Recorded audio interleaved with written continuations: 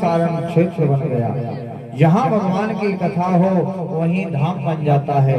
नैमिषारण धाम की जो भूमि है आज वही भूमि बन गई। यहाँ हमारे ग्राम धनगना में तो सभी लोग ऋषि बन करके जो बैठे हुए हैं जवान, ये सभी संत बन गए और पवित्र भूमि नैमिषारण की भूमि बन गई। तो जहाँ भगवान की कथा हो वहाँ सभी तीर्थ क्षेत्र वेद वेदांत सभी का आगमन हो जाता है। यत्रीव गंगा यमुना च वेणी गोदावरी सिंधु सरस्वती च सर्वाणि तीर्थानि वसन्ति तत्र यत्राच्युतोदार कथा प्रसंगा। जहाँ भगवान की कथा हो वहाँ अपने आप सभी तीर्थ चल कर के आ जाते हैं।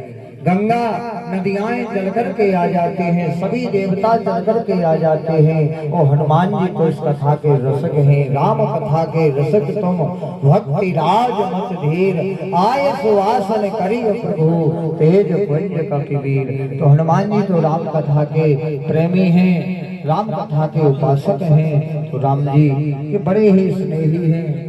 अनंत बलवंत हनुमान लाल जी को श्री चरणों में वंदन करते हुए आइए कल के पावन प्रसंगों से आगे का प्रसंग आचार्य सुखदेव जी बड़ा सुंदर वर्णन करते हैं कि राजन भगवान प्रभु की कथा तो बड़ी अद्भुत है।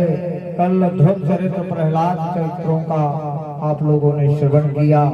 इसी बीच एक दिन देवताओं के पिता हैं कश्यप जी और दैत्यों के भी पिता हैं कश्यप। एक पत्नी के द्वारा देवताओं का जन्म है, दूसरी राम पत्नी के द्वारा दैत्यों का जन्म। अदिति से देवता और दिति से दैत्य।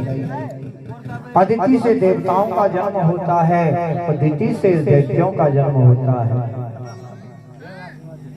तो माता कश्यप से अदिति ने कहा, हे स्वामी ऐसी कृपा करें कि हमारे जो पुत्र हैं देवताओं के ऊपर दैत्यों का ज्यादा प्रभाव है और दैत्य लोग परेशान कर रहे हैं देवताओं को, उनके पास शक्ति है, क्या करें।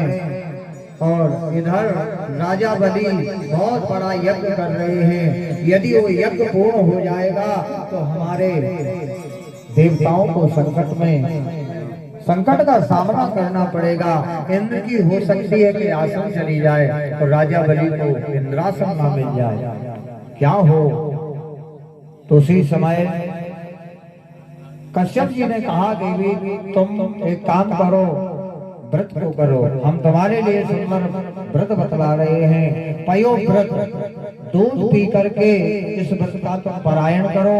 फाल्गुन शुक्ल अष्टमी से इस व्रत को किया जाता है। 1 वर्ष तक आप पांव धो करके शयन करो, नीचे शयन करना है और नियम और संयम से आप पालन करोगे तो सुंदर बालक होगा, साक्षात देव स्वरूप होगा।